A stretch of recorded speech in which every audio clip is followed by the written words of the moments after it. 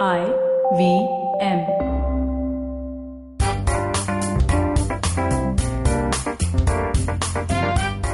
Yes. GAYBCD. There should be a jingle. Swagat hai. If there was a jingle for GAYBCD, what kind of a jingle would it be? Like, would it be like really hyper, like coked out, or would it be like really sweet? You know what it would be like? You know, right now, I love you see these cred ads? Yeah. Yeah. That's what Alka said. Download cred. Like, Yeah. something like that. GAYBCD. I don't know. Yeah, GAYBCD. That's a little Ashutosh Rana vibe. Oh my God. Oh, geez. Yeah, but I don't know. I love those ads. They're so quirky and they're Yeah, fun. it's And fun. it's nice. And they keep coming out. I just keep thinking, oh, I've seen them all. But then I saw new one today with Govinda. I saw one with Udit Narayan and Yeah, Alka Udit Yagnik. Narayan, Alka Yagnik is my And then- favorite one because that song gets stuck in my head every single time. And then Alka Yagnik says, next time we'll do rap. Next time we'll do rap. Yeah. It's just- Yeah. Oh, God. Yeah. And even the Buppy Larry one is like pretty dope. Yeah, true. One True second. Oh shit. I know we are recording, but it's connected to my Bluetooth speaker. We can keep recording and people can hear my woos, my baby problems. Yeah. Okay. Yeah. Not connected to Bluetooth anymore. Hi Sunetro. Hey. Happy Diwali, happy Dashera, happy Navratri. Yeah, great.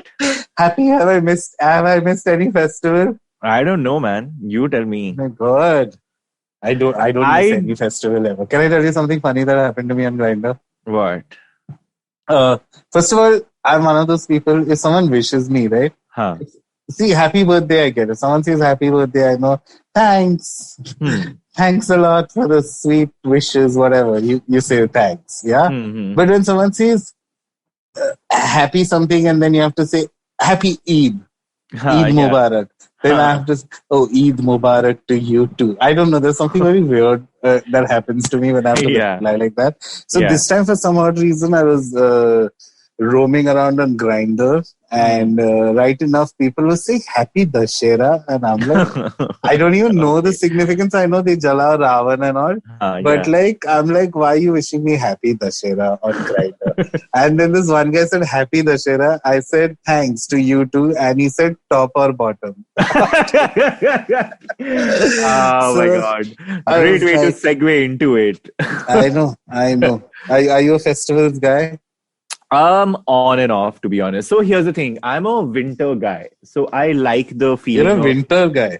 Yeah, like I like the feeling of end of year, you know.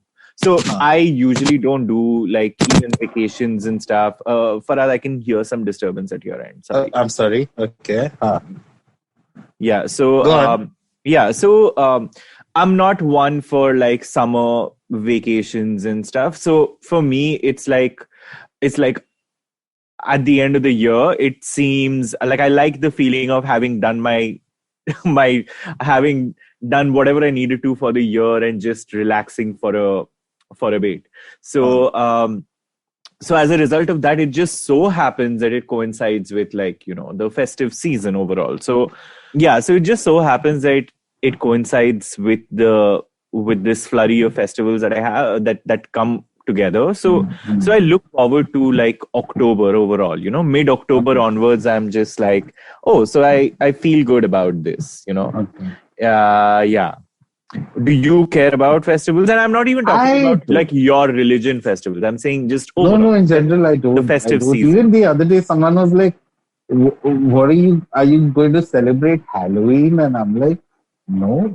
The whole concept of like decking up, as in, I know I can be super creative if I got to it, but it's just, I don't know. I do think I'm someone, although I did think today, if I had to think of a Halloween costume, what would I do?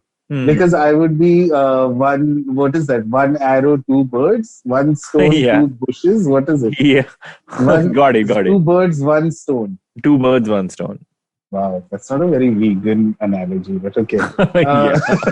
But long story short, I thought I would do puja. What is this behavior puja? So I thought I'd walk around with like in that one long singlet, whatever. What is that? What she's wearing in that video? like Yeah, 90, like and that. I'll walk around with a And then squeegee in my hand. and kick a dustbin. Yeah, and then I'll keep kicking people and yelling at people throughout the party. What is this I thought I'll behavior? have the best time. I thought I'll have the best time because That's I a can be really an good idea. asshole to Yeah. everyone. So it's the first time I actually wanted to do something. And plus, I've never worn women's clothing. So I thought, what a great way to foray into it. Halloween ka Yeah. Halloween bhi ho jayega, or cross-dressing ka cross-dressing bhi ho jayega. Oh, But jeez. it's in the past, it's never something like when I've had to, like, like even in offices, oh, Diwali, traditional day.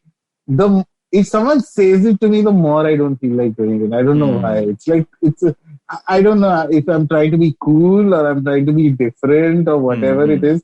But I don't have that kind of fun in me to have, like, oh, let me dress up and deck up and be a character and all. I don't know. I don't see myself as that. But those are just dressing up festivals in general. Uh, uh, yeah, not specific to my religion because Parsis don't really have festivals, We just like have basic shit. Okay. Like Zarathustra's birthday, which is called Natal, or a Parsi New Year. That's it. I can't think of any festival as such. But when you grow up in India, obviously you grow up loving every festival, right from like Diwali to Holi to like even Dussehra. I remember what used to happen when we used to live in Pune, right? Every year, one family was given the responsibility of creating that giant Ravan. And we had to do it one day, one year we had to do it, I think it was 95 or 96, 95, 96. And we built this giant like cardboard Ravan and stuff, crackers. So it was a great thing, but now if I had to like, I can't. And Navratri, though, I hate the most. Like, just the music irritates the shit out of me. I know I'm going to get a lot of shit for saying that because I don't get it.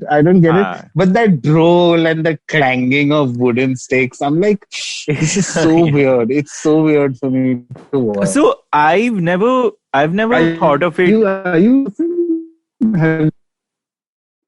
Sorry, didn't get you.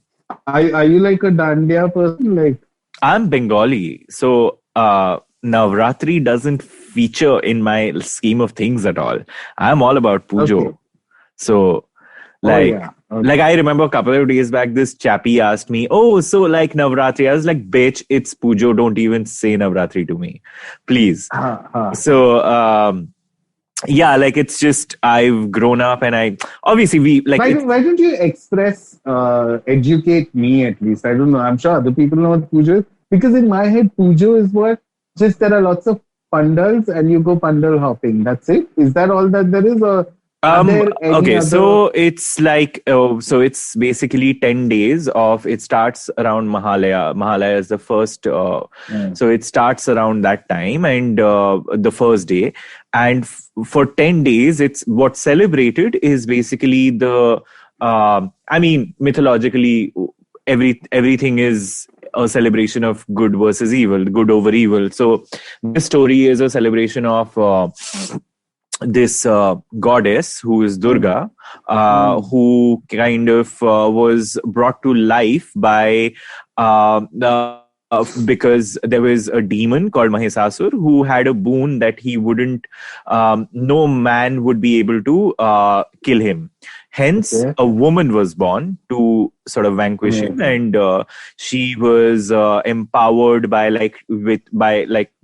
boons given by like 10 gods. So essentially, it's like feminist and all of that, and like basically, it's a goddess who on the 10th day they fought for 10 days, and on the 10th day she vanquished him, and in a sense. Technically, the idols. So they kept fighting for 10 days? Yeah, that's the legend. Not legend, but that's the mythology. Like for 10 days. I'm not talking. I really want to know, like, what kind of fighting? Like swords or like? so she has 10 hands, and in the 10 hands she has like 9 sort of, astras. So like 2 hands hold the trishul, like the trident. There are other things like, the chakra which Vishnu sort of gave her. There is a mace, gada. There is so different gods gave her. So, and for 10 days they kept fighting because it was such a difficult, like he was very difficult to beat.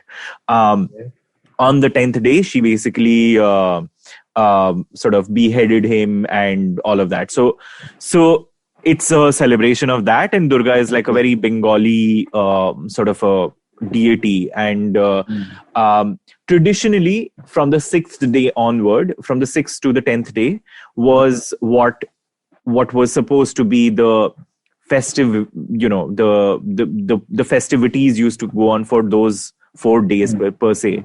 Like the idol's face would be revealed on the 6th day to the audience, to like everyone.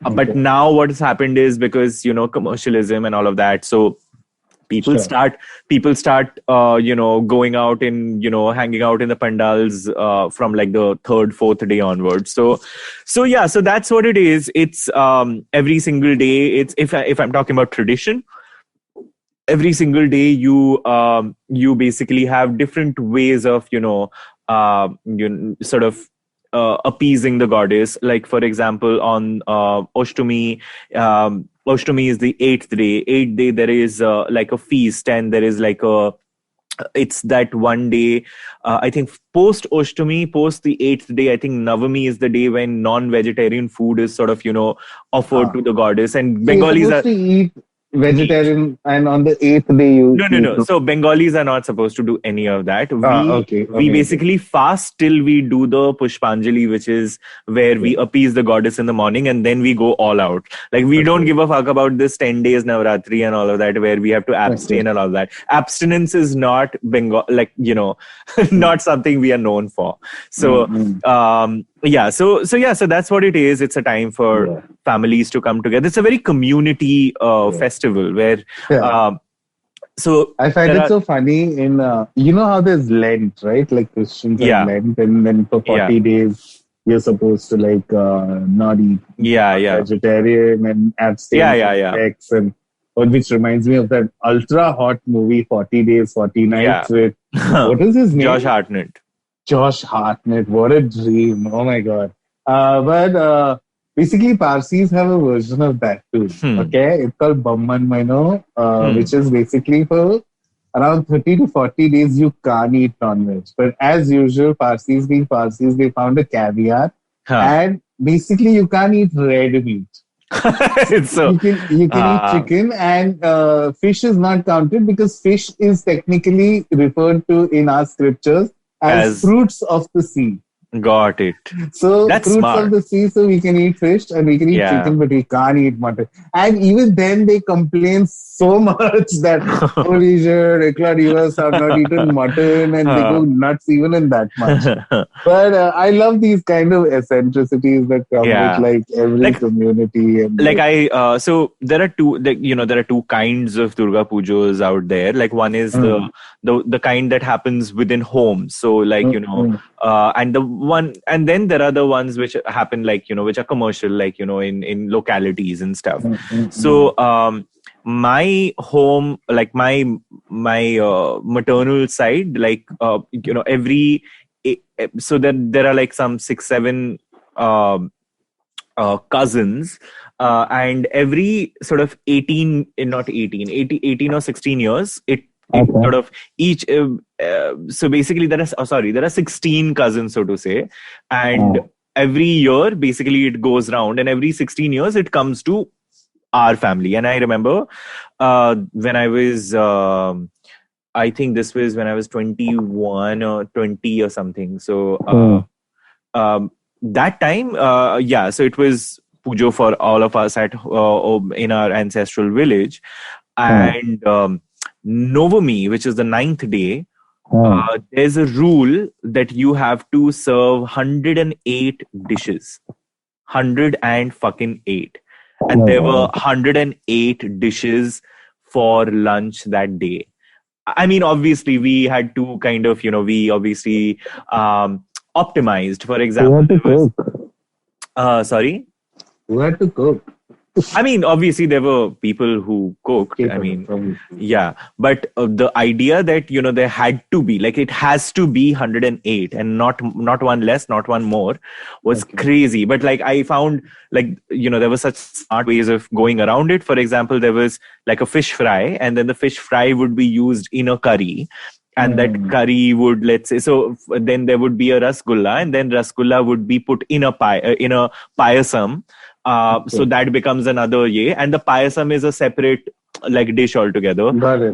But it was 108 fucking dishes, and I was like, fuck, this is crazy. This really but reminds me. It made me crave. I'm sorry, I'm switching to food. But what's that? I don't know if it's made during puja, but there's one. It's like a fillet of fish, but it's made with like a very lacy outer. Like the outer layer is very lacy and like. You know what I'm talking about? It's fried with like egg and like it's like crisp lacy. egg, like crisp egg. Crispy lacy egg wrapped. Yeah, so it's not fish. It's usually not fish. I've never had fish because fish would sort of be very flaky. It's usually done with chicken. It's called Kobe Raji. Okay. Yeah. After this episode is done, I want you to message me that Kobe Raji. Yeah, I would love to see like it. So I will definitely send you that dish. And by the way, it's like a grease ball. Like it's like sin. Like you eat it and then you. Why I love it so much. Yeah, it's like it tastes like regret. Like oh my god. Yeah. But yeah, food is I think one of the reasons why it's nice to kind of be around. I know, right? Like that's the thing. Even when it is like festival time, I tend to miss the food more than like relatives and dressing up. And because I don't know, maybe it's an odd case, my family, but we were not really into like we not hang out with our relatives much, and like we were just a unit of our own, So we not have like these. Huge like gatherings and families come over and traveling or anything. So in our house, it was just the food was the highlight of celebrating any festival. So I'll tell you what I've started looking forward to. So when I used to look forward to when I was like just plotting like into my adult years. That time I used to look forward to just roaming around a little, like, savoring the sights and all of that. It wasn't much about, it's never been about family for me. It was just about like having a good time, so to say. Okay, but before we get into adult years, was there as a child like one festival that you look forward to the most? Like Pujo is definitely actually Pujo. Like there's a trifecta. So Pujo, Diwali, and Christmas, because so I grew up in Ranchi, and Ranchi has a very and I grew up in a very Roman Catholic environment in terms of my education and stuff. So I also like my family, like my mom's family and my mom, they've always had like this British colonial hangover. Everyone's been educated in like missionary school, so like Christmas is like a really big thing, but not religious wise. Like really we would never go to church, we would just celebrate. We would make like Christmassy like food, like stuff like that. So cakes and stuff. So yeah, so the trifecta of Pujo, which usually is like September/October, end of September or October. Then there is Diwali, and then there is so that last quarter was like a festive quarter always, and it was always like a sweet time for family to come together. So funny, mine was Holi and Diwali for some reason, but that was because that's the time I was a very brash, mischievous child. And then those are like brash and mischievous festivals because one is firecrackers and the other is water balloons. Hated firecrackers. I hated firecrackers. Like my God. I used to beg. So here's the deal. We worship fire. Parsis worship fire. So Diwali is kind of like not the best festival for Parsis because not only like the standard saying is you not only disrespect fire a lot during that festival, but you literally blow money into smoke, you know. So you're not only disrespecting fire, you're also disrespecting money just to waste it on a moment of this. But I used to beg my parents, like, please, please, please, please. My friends are getting, I want one of those tough guns, and I want Rassi bomb and Lakshmi bomb and fountain and all those things. I used to beg them. But I remember that, and I think, I don't know if I've told you this before, but Holi used to be like the horniest day of the year for me. Because so I've played dirty, like Ganda Holi, where, you know, we used that's to... when I stopped. When it got gross, and I'll tell you a specific one which got really gross. But for me, I don't know. Again, you're growing up, testosterone, and you know, more often than not, at least in my case, I was surrounded by a lot of straight friends who I was kind of into in all of them. Let's not debate on that. But it was that one day where, you know, like guys tear off each other's shirts, and then there are wet t-shirts, and, you know, I don't know, I used to find Holi so hypersexual for me. Like, either someone takes their shirt off, or, like, you know, you see everybody in, like, which you normally wouldn't. So I don't know, I used to really be turned on during Holi, like on the day of Holi. In fact, I have a very sweet memory, nothing gay, but like, you remember Jeff Goldblum's Fly? Yeah. So I forever wanted to watch that movie, but my mom would never let me watch it because, again, it was like it wasn't a kid's movie, you know, and it was a horror movie. Plus, it had a lot of nudity. So my mom was like, "No, you can never." So the funny thing is, back then, you remember we used to get like those, what are they called? TV digests, which used to have like your entire month of what is going to play on TV at what time. Sweetheart, I grew up in Ranchi, so none of this shit happened to me. Oh my God. So we used to have TV digest. Basically, every beginning of the month, you get a small booklet. Get a small booklet, and it would tell you Star Plus. On Monday, it will play this. And for the full month, you used to get a thick, like, Reader's Digest type booklet. Okay. Got it. And basically, Holi was the one day where my mom would let me sleep late and wake up early because I had to fill balloons with water for the next day. And what she did not know was that that morning, Star Movies at 3:45 was going to play Fly 1. And once that was over at around 5:45 or 6, they were going to play Fly 2 back to back. So I just remember, it is one of my favorite memories. I don't know if someone else would relate, but I was just sitting with a pitchkari, a bucket full of water, and watching Fly 1 and 2 filling up balloons. Wow. I don't know, filling some 100 fucking balloons that day. Also very phallic, you know what I mean? I don't know.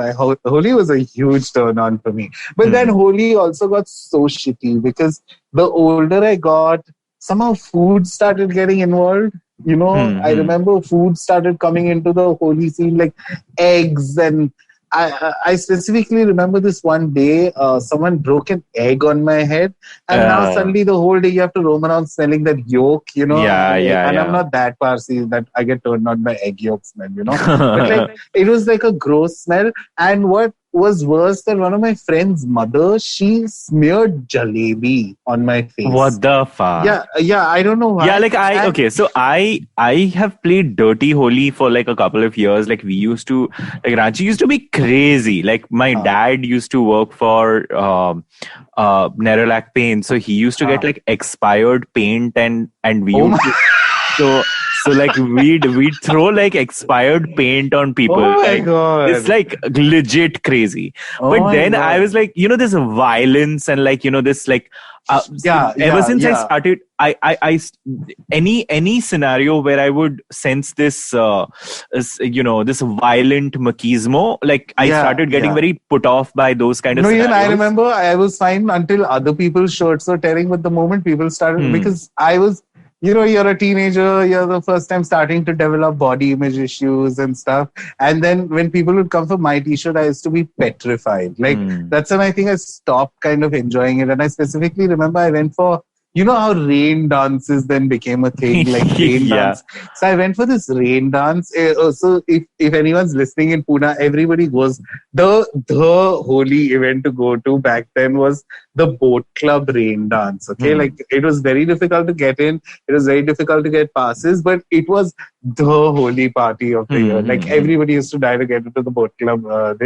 And I remember we got in, and first of all, I was so grossed out that day because that jalebi and that egg on my head had combined to make this third smell, which was making me gag a lot. It was really gross.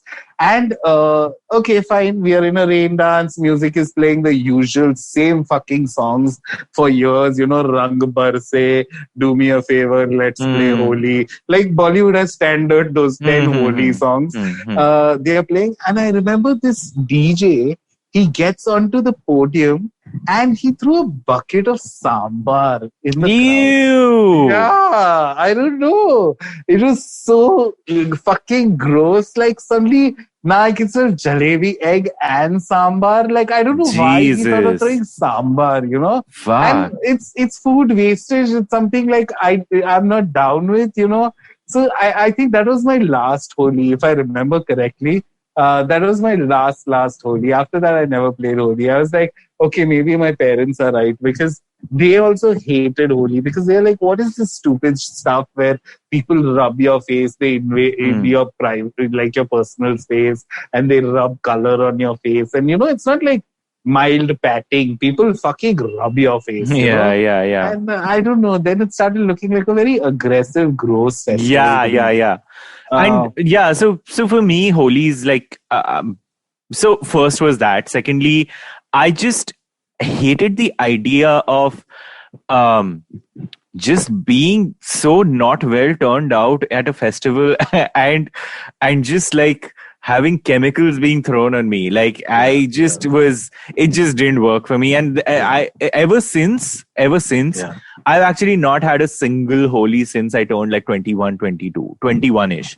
I was out way earlier. I think 17, 18 I was. So the Sambar Holi was it. Jeez. So like now I actively, in fact, I actively avoid holy scenes. Like even if it's someone's house, like where everyone's like, no, it'll be chill. Even that is like, no, it's a no-go for me. Oh my God. Can I tell you an amazing story?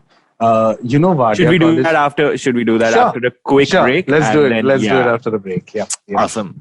Let's do that. Hello, everybody. Welcome to another awesome week on the IVM Podcast Network. If you're not following us on social media, please do. We're IVM Podcast on Twitter, Facebook, and Instagram. It's been a really, really great week on the network. Let me make a couple of recommendations to you guys. Agla Station Adulthood, they have an extraordinary episode on relationships. Ritasha and Ayushi, as always, do a bang-up job. I think you'll really enjoy that conversation. Check out Edges and Sledges, where DJ Ashwin and Varun have been talking to fans from different IPL teams on every episode. It's a really, really interesting project they've taken on during the course of the IPL. And as it comes to a conclusion, I'm sure you'll love to hear the thoughts on the tournament as a whole. I want to mention Uncle Please Sit. They had a really great episode which dove into why is pollution so bad. And I think that given the circumstances we're dealing with right now, it makes a ton of sense to listen to that. Cyrus had a really great week on his show as well. On the Monday episode, he spoke to Raj and DK about all kinds of stuff. He was in one of their early movies. Definitely a fun conversation. Do check that out. And finally, let me talk to you about the Wire Talks with Siddharth Bhatia. We're very excited about this show. On the first episode, Jairam Ramesh is there having a conversation with Siddharth Bhatia about the legacy of Indira Gandhi. I think you will really, really get something out of this. Do give it a listen. And with that, let me get you back to your show. All right. So back to your story, Farhad. What do you think? Okay. So the first time I had bhang was on Holi. And here's the deal. It wasn't on Holi day. Okay. But basically a day before Holi, we were celebrating Holi for some odd reason. How old were you? I would say I was just in college. Okay. And lightweight. I'll tell you. Yeah. My first bhang experience was when I was 6 years old. I'll tell you about Oh my that. God. Yeah, that way. So I had alcohol when I was 1 because I was crying a lot at my first birthday party. I mean, So my everyone has had alcohol my because it's dad cold. kept dunking his pinky in Yeah. whiskey and making me drink it when I was 1. And there is a Yeah. picture of me sloshed as a baby. Listen, if you've grown up in like places like Delhi, Ranchi, na, like everyone's had alcohol at that time. Yeah. You have to. So my first experience, I had smoked weed and everything, but I had never had bhang. And bhang is like a thing. Like it's not for the light-hearted. You know what I mean? It can be pretty intense if you have too much of it. And basically, what had happened was in our college, we were told that we have a huge ground in our college, and it was specifically cordoned off because apparently the trustees were going to come on the day of Holi, okay, to kind of not inspect, but they were just going to go through the college because they are the trustees. They wanted to see what the college looks like, whatever. So they were strict, like a police barricade, like it was barricaded, okay, the ground. And we all are celebrating Holi in our society, and suddenly one guy had made bhang bhajiyas. I remember they were palak ka bhajiyas, but with bhang in it. And we all ate them because we were not only hungry, but we had no idea how bhang works. So we ate them. And boom, we were fucking stoned, okay? And then suddenly, I don't know why one of our friends suggested, which is another gross thing which I used to not like we should make a chikkal ka puddle, you know, like a mud puddle, and we should like one by one like throw people in and all of that. And I thought, that's gross. Where are we going to do it? And my friend was like, let's go to college and do it. So we jumped the barricades, we wet a portion of this, and we started playing. We were high as fuck, and we were like sloshing around in mud. Wow. And suddenly we see the trustees and the principal of the college walking towards us, okay? And now this is the funniest part, okay? We all immediately know the severity of how we fucked up, right? But one of my friends, she was so high, she was kneeling down, and like a small burrowing animal, she was digging the ground, okay? So the principal goes like, Maithili, what are you doing? Maithili, what are you doing? She's like, sir, I'm going to Nepal. This girl was so high, she thought she was going to dig through the ground and come out of Nepal. Oh my God. And, oh my God, they had called our parents and shit. That, like, it was really bad. And my mom went on a different trip only because drugs. You did drugs and all of that. I was like, what the fuck? I thought everybody has bhang on Holi. I had it. Yeah. And it became a huge deal. But that was one of my favorite memories. And I was, can I, again, because LGBTQ and shit, can I tell you a very specific thing, which I don't know why, this is TMI to whoever's listening, but I had a ritual where every time, so after Holi is done, you go home and fucking shower, right? Because you have all this oil and all. So I used to have this ritual where the most phallic balloon that I would have made, okay, in that night full of filling balloons, okay, I would keep that aside, okay, and I had this one dandiya, okay, which was like kind of a penis, like, I don't know, it had like a penisy vibe, and every Holi, once I would get home, the day was done, we all played Holi, I'm in the bathroom, and you know, you shower for like 1-2 hours getting all the paint and this off. I would do this whole simulation where I was getting like, I would suck on the... Got it. Damn it. Should I I think we can move on. Like, why is Farhad saying this? Yeah, okay. Like I think we can move on. So like I get it. Yeah, like, that's the day I used to love a balloon and a wooden stick more than any person in the world. Sure. God. But okay. Sorry, I stumped you there. Stumped you. Get it? But yeah. Festivals are weird. Are there festivals which, I mean, have become community festivals in terms of like new family for you? Like for me, for example, ever since I came to Bombay, Diwali became one of those festivals where, because Diwali was always about, again, like, you know, family coming together. Pujo not so much, because like no one really celebrate. Like I know people celebrate Pujo here, but like Pujo was a very, very home, like exactly the four of us, like four family members or like extended family. Diwali became a time when I started kind of spending with like my chosen family, so to say, and it kind of started feeling like a ritual that way. So and over the years, it kind of, again, it became a ritual that I'd spend it with my friends. We would get together, we would and it would every single friend who didn't have a family in Bombay, it became like a ritual where all of us would either gather at my place or someone's place, and we would like do a potluck where everyone would get like one dish and just have like a really chill good time. No crackers whackers, we would just have like some fuljhadis, and we would just light them at around the windows and stuff, and that's about it. Like it was a really chill, relaxed time where all of us would wear like nice clothes and relax. Yeah, like Diwali was one of those festivals. No, for me, none of the traditional ones. In terms of new family again, but yeah, your New Year's and maybe Christmas. And I first of all, I'm very weird throughout Christmas. I find it. I don't know this. There's all this cheer in the air, and I don't feel the cheer, so I suddenly feel like I'm the Grinch. Like I constantly feel like I'm the only one in a bad mood during Christmas. I don't know why, but and also it just feels too commercial to me. Like what does Christmas? Because when you're a kid, it was the Santa, and it was the wishing, and it was the wishing as in like, I don't know if your parents made you do this, but like my parents would make me write a letter.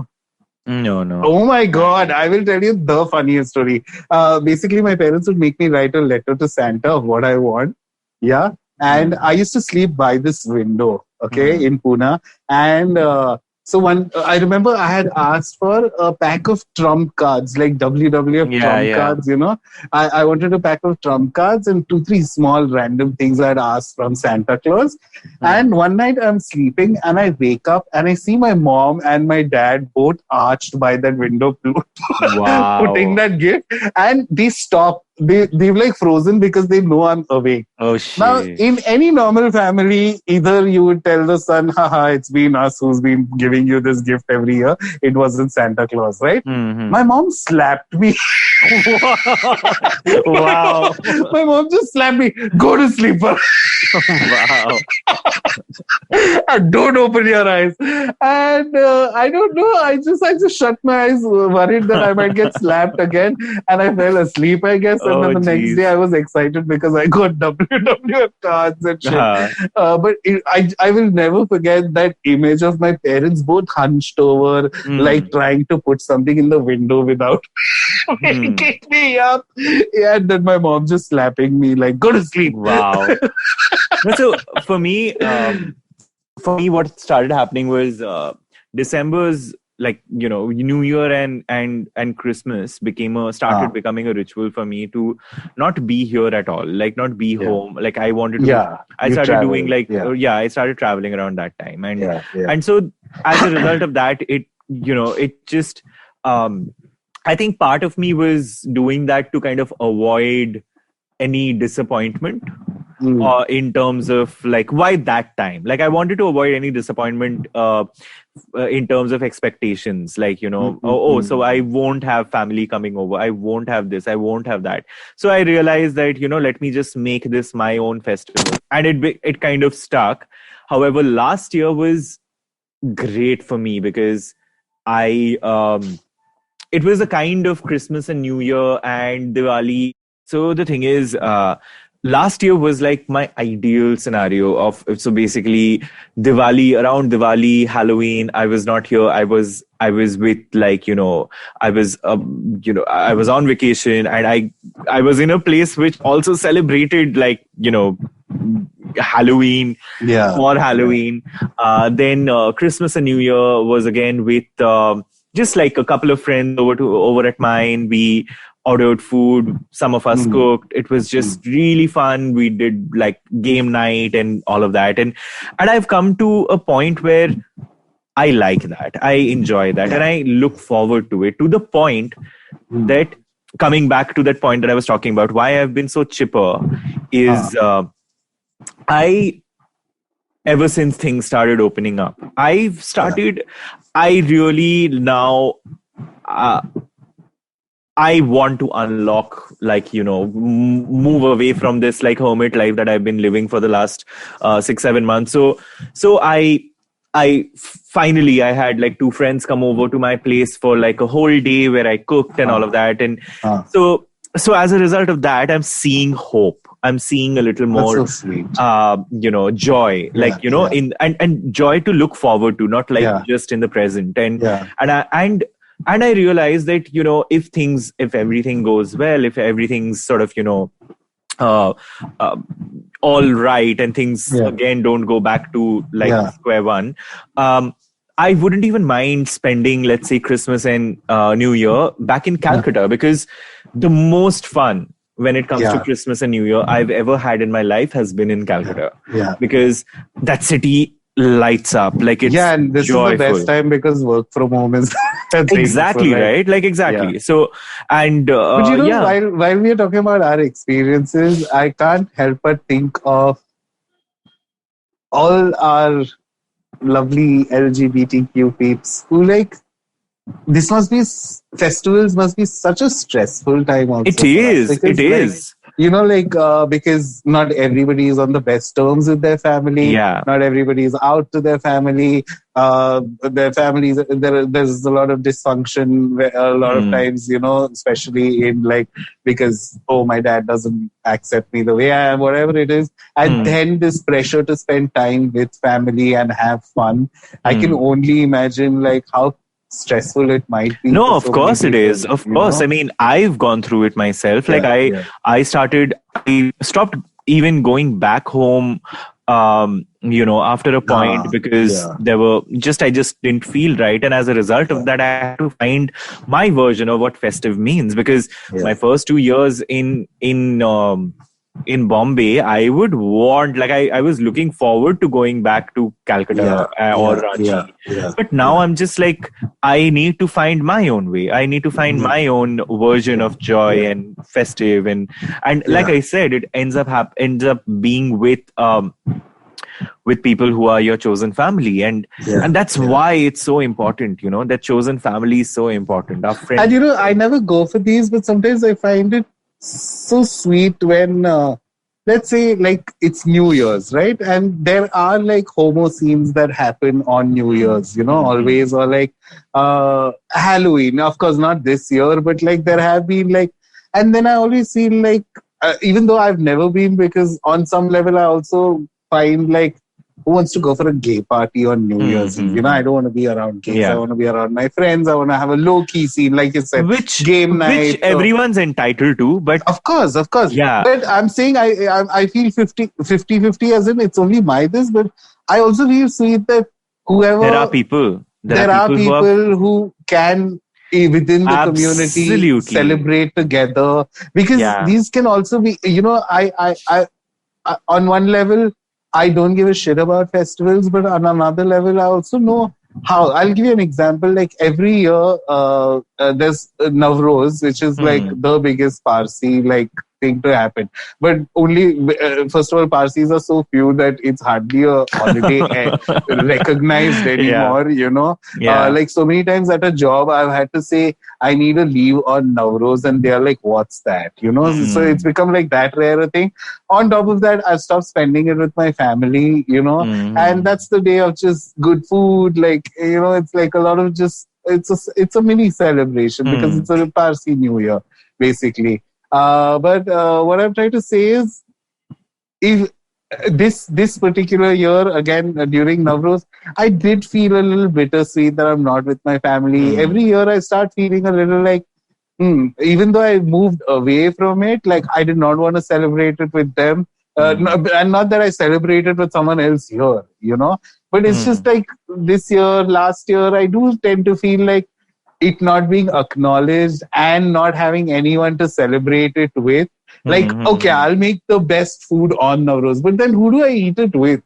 Sure, this Navroz actually, in a very socially distanced way, I did spend it with my friend. I made like chicken dhan saak. We had the best time. We chilled all day. Great, right? Yeah. But I don't know. I just feel like I'm glad in that ways the community always has scenes happening. I'm glad. If Especially, you feel lonely, if you feel this, hey, there are a lot of there is an option. Especially in a place like, sweet. Especially in a place like Bombay, I think it's great because, like I said, that sense of community is very important during a festival, because that's what you end up feeling. And loneliness and feeling alone can hit even harder in a Of course. And that's where, the whole seasonal or festive depression comes from, and that's why we wanted to talk about it, because I am 100% sure there are so many people who will feel very, very down this year, like, during Diwali, during Christmas. I'm hoping that Christmas gets a little better, but I'm sure people will feel down. But I'm saying, but I'm saying things are opening up a little bit. Be careful. Just do your own thing. Like, spend time with, let's say, that one or two friends that you will be safe with and stuff. I think that's what that's what I'm planning to do, because I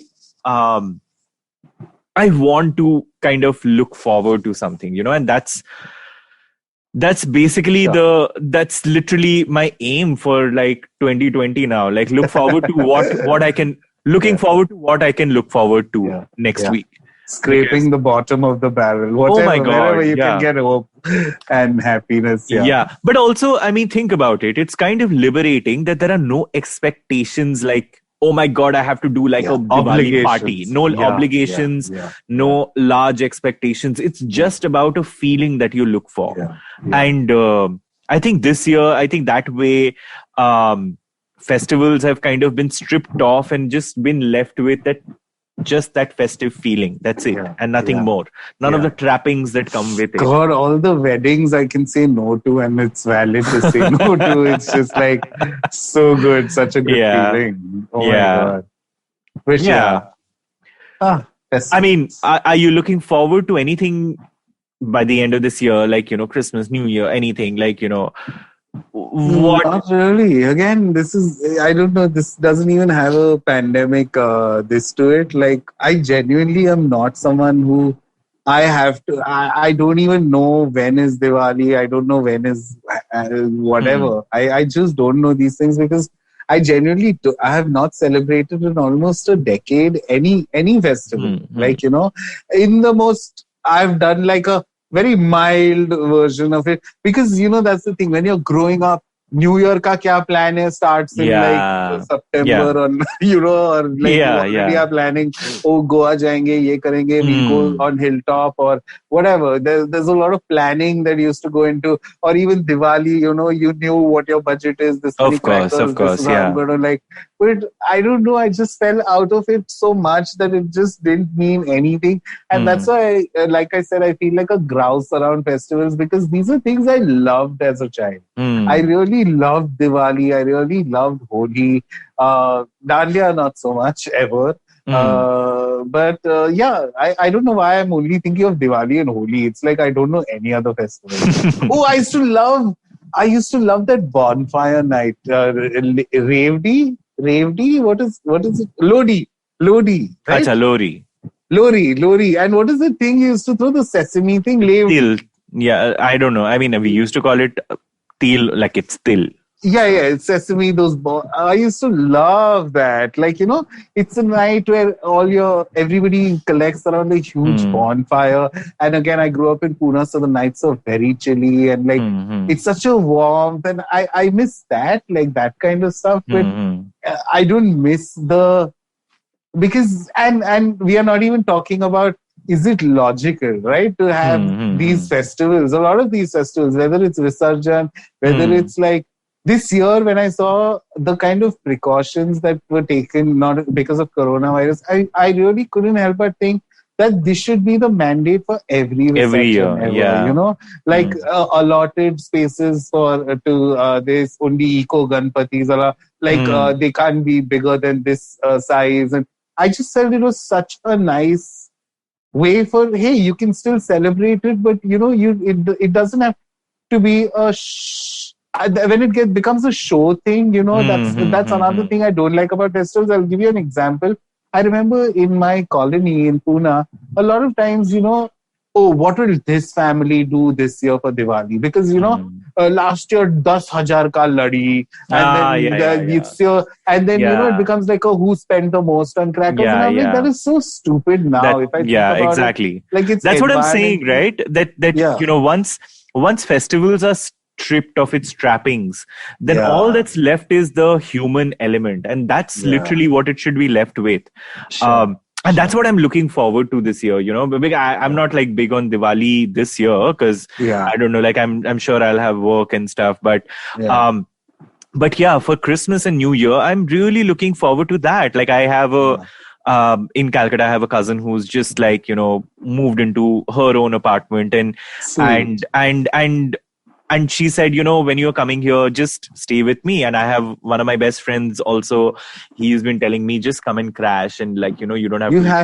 You have to do this. And I think you deserve it. You deserve it. And everybody deserves a break this year. Like, oh, you know? Mother of God. Like this was what I was, we were joking the other day that we should just tell all our clients, and I hope some client listens to this and maybe acts on it. But we should just tell clients that December free hai, huh? Like December, like, you know, 11 mahine ke sath 1 mahina free. Just like let us be now. That's very wishful thinking, considering clients keep thinking that, nay, you all have been at home. So what has been happening? This whole year has been a vacation. Thankfully, like clients haven't been like they've been a lot more, you know, sensitive than I would have expected. But like that's what it is. And okay. Top 3 festive food items, because we both like, you know, like food. So top 3 festive food items that you would gladly have, let's say, to round the year up. Something that you maybe missed this year. Okay. One is not festive, but it's had at an occasion. But I'll tell you. Yeah, sure.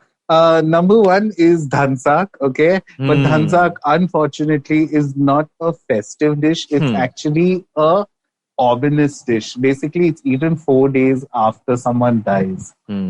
So I don't know why it's eaten on the 4th day after someone's death, because you celebrate the person's life. So dhansak is had then. So that's my favorite. Like that's number 1. Biryani on Eid, Bakri Eid, and just biryani is a must. And I could just think of a lot of bori things, because again, like, you know, come Eid, I used to love like street vendors, you know, lined up. There are stalls and stalls and stalls of chicken cutlets and fried chicken. That's totally my vibe. I'm like I love like junky fried food, street food. You know what I mean? Like, so mutton cutlets and halim and nihari, and I so a lot of all Muslim festivals, like really, like they've got my heart, like food wise. Nice. But yeah, what about you? I actually have a couple of these like Bengali things here Pujo. and there. So during Pujo, my ancestral home has like this amazing. So it's called danadar. Okay, danadar is like a rasgulla, but in the chashni that you have is so saturated that when you put the whatever that sphere of chena in it, it becomes like hard. So it's so sugar. Saturated with what? Sugar? With sugar, yeah. So it crystallizes. So it becomes like a hard, crystal hard, like sweet. And I absolutely love that. And second would be, I think, again, it's a Calcutta thing, where Christmas pudding. Oh my good Yum. Lord. And it's like... with alcohol, without alcohol? Of course, with alcohol. What do you think I am? I'm like civilized. This made my mouth water. Like I'm civilized, Farhad. So, that was the second. And last, I would say during Christmas, New Year, actually, not Christmas, New Year, sometime around Pujo again, we have, I mean, I'm sure you've had it, but Luchi and Kosha Mangsho. Yep. That is something. And I miss it all the more because I've given up red meat completely. So it's it's like staring a dead person's frame, staring at a dead person's frame on the wall. Like I look at it and I go, oh, you were amazing, while you were there. So, like Luchi and Kosha Mangsho and like, puffed up Luchi, like, oh my God. I can never make Luchi. But wait, when I did cook for you once, and was it Kosha Mangsho? Was it? No, Nihari? you made dhansak. No, Nihari. I made Nihari. You made Nihari. Yeah. Okay. Yeah, because I can make Kosha Mangsho, but I can never make Luchi. I make insane Kosha Mangsho. Like I make insane Kosha Mangsho. But we should have like a episode of cook-off. Yeah, but like I take like 5 hours to make it. Yeah. So, and after how everyone loved our debate, I'm sure they love our cook-off. Cook-off, yeah. Oh seriously. my God, we'll yell at each other. Yeah, this is how it's done. This is the authentic way of doing it, Farhad. You get out of here. Yeah, don't trigger me, Farhad. Kosha Mangsho, get out of here. Yeah. Oh my God. I remember once I was making Kosha Mangsho and I was in a rush. Usually I make it off the stove. And I had a friend who's Bengali was coming to eat, okay? And she wasn't there when I cooked it. But when she came, she took a bite. She's like, it's delicious, but did you pressure cook this? I was like, trigger. I did. I was in a bit of a hurry. Trigger. Like, Farhad, don't ever give me pressure cook Kosha Mangsho again. I mean, I would agree. Wow. I would agree. I get it. Even I'm like that about certain dishes. But like, I was in a hurry, bitch. I had work to do. एक तो मतलब बनाया तेरे लिए तो like चल हट like चुपचाप खा ले भाई. Yeah. Jeez, seriously. Yeah. But this is, I mean, I hope everyone finds a little bit of joy during this festive season. I mean, make sure that you're responsible. But it's okay to kind of. I do feel like a certain, I don't know, tell me if I'm right? But now that we've lived this pandemic enough and it's still raging in a lot of ways and we have to like take precautions and stuff. But at least I feel like I'm accustomed to it in a way where my mood has started escalating, Same. And I'm noticing that with a lot of my friends. I'm noticing a lot of my friends are also not so bogged down anymore. Yeah. They all it's are part of our life now. And they've all accepted. How they say, and like when the 5 stages of acceptance, like grief. Oh my God, like now everyone's accepting that, holy shit, this happened in the world. We all got affected in this way. And now we just have to log on and move on with our lives. No, and I'll tell you, I think ever since we stopped looking forward to like that deadline is when things have started. Like obviously the first time we realized that there is no deadline, that was the worst time because you realized what the fuck is life even. But now that we know how to kind of, like for example, I went out last week, twice in the week. Like I went for dinner with 2 separate friends. We were careful. We obviously wore masks. I carried my Savlon spray everywhere I went and I sprayed everyone and everything. So obviously being responsible is the responsible thing to do. But it's okay to live. It's okay to not be a hermit anymore. And of course, do that knowing what challenges you have at home. If you have older parents and relatives, then make sure that you curb it. But like it's okay to. Even for me, I started feeling a little lighter once I met my parents. I spent almost a month with them last month in Pune, and after I came back, then I was like, okay, now not that I am going to, but now if I want to consider a hookup. Now, if I want to consider going out for dinner, maybe, like if it's not crowded, if it's not this, because I still am.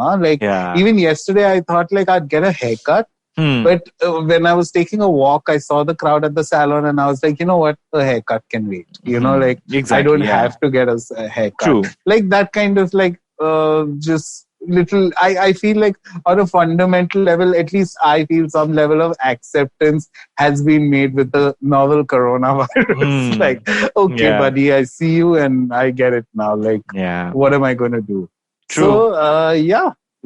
It's a good, what I was trying to get at is that I hope that for everyone who's listening, this little rise in spirit has started happening towards the end of the year, and I hope that everybody, even like if it's New Year's, everybody parties responsibly. Like it's not like a woohoo party time. Chal, everything's over. Okay. So another week, and looking forward to talking to you guys again another week. Next week. Sooner than soon. Thanks for listening in. Thanks for talking to me, Sunetro. I'm going to go eat some fried fish. Yes. I wish me congrats. I start my new job on Monday. Oh, yay. Congrats. Yeah. So that's another reason I'm a little like peppy, upbeat. Like, oh my God, I will have a routine back in my life. Yeah. So, good luck with that. Thanks. I totally fished for that. I'll see you next week. Thanks for listening in, guys. We'll see you next time. Bye. Bye.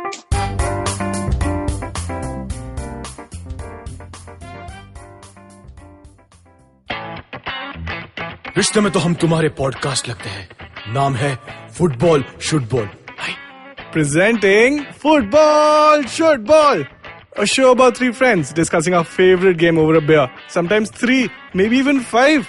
Hi, I'm Shiva, and with me are my 2 sidekicks, Gaurav Sapre and Karthika here. Sidekick? You mean like Batman's Robin or Van Persie Robin? No, I mean like Alexis Sanchez, but with a little more skill than just playing the piano. Just shows how the best players at Arsenal are mere bench warmers at United. Oh, thank you, Ayer. But you're a Fulham supporter, so whenever you say anything to support me, I question my beliefs. Just like how Griezmann would say, एक बार मैंने जो decision ले लिया, तो मैं अपने आप की भी नहीं सुनता. Banter aside, we will talk match reports, transfer rumors, top controversies, fantasy football picks, and so much more. So grab a beer and tune in to Football Shootball every Wednesday on the IVM Podcast app, website, or wherever you get your podcasts. How many times have you motivated yourself to improve your sleep, or lose weight, or be more productive? How many times have you failed? Hi, my name is Ashton Doctor.